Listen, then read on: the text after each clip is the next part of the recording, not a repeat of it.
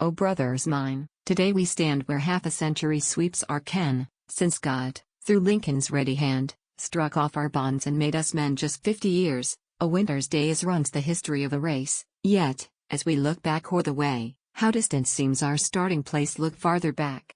3 centuries to where naked, shivering score, snatched from their haunts across the seas, stood, wild-eyed, on Virginia's shore. This land is ours by right of birth, this land is ours by right of toil, we helped to turn its virgin earth, our sweat is in its fruitful soil. Where once the tangled forest stood, where flourished once rank weed and thorn, behold a path traced, peaceful wood, the cotton white, the yellow corn. To gain these fruits that have been earned, to hold these fields that have been won, our arms have strained, our backs have burned, bent there beneath a ruthless sun. That banner which is now the type of victory on field and flood, remember, its first crimson stripe was dyed by Attic's willing blood. And never yet has come the cry when that fair flag has been assailed, for men to do, for men to die, that we have faltered or have failed. We've helped to bear it, rent and torn, through many a hot breath battle breeze held in our hands. It has been born and planted far across the seas, and never yet, O haughty land, let us, at least, for this be praised, has one black,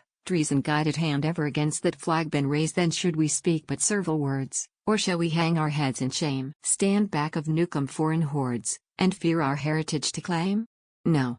Stand erected without fear, and for our foes let this suffice: we've bought a rightful sonship here, and we have more than paid the price. And yet, my brothers, well I know the tethered feet, the pinioned wings, the spirit bowed beneath the blow, the heart grown faint from wounds and stings, the staggering force of brutish might, that strikes and leaves us stunned and dazed, the long, vain waiting through the night to hear some voice for justice raised. Full well I know the hour when hope sinks dead, and round us everywhere hangs stifling darkness, and we grope with hands uplifted in despair. Courage! Look out, beyond, and see the far horizon's beckoning span. Faith in your God-known destiny. We are a part of some great plan, because the tongues of Garrison and Phillips now are cold in death.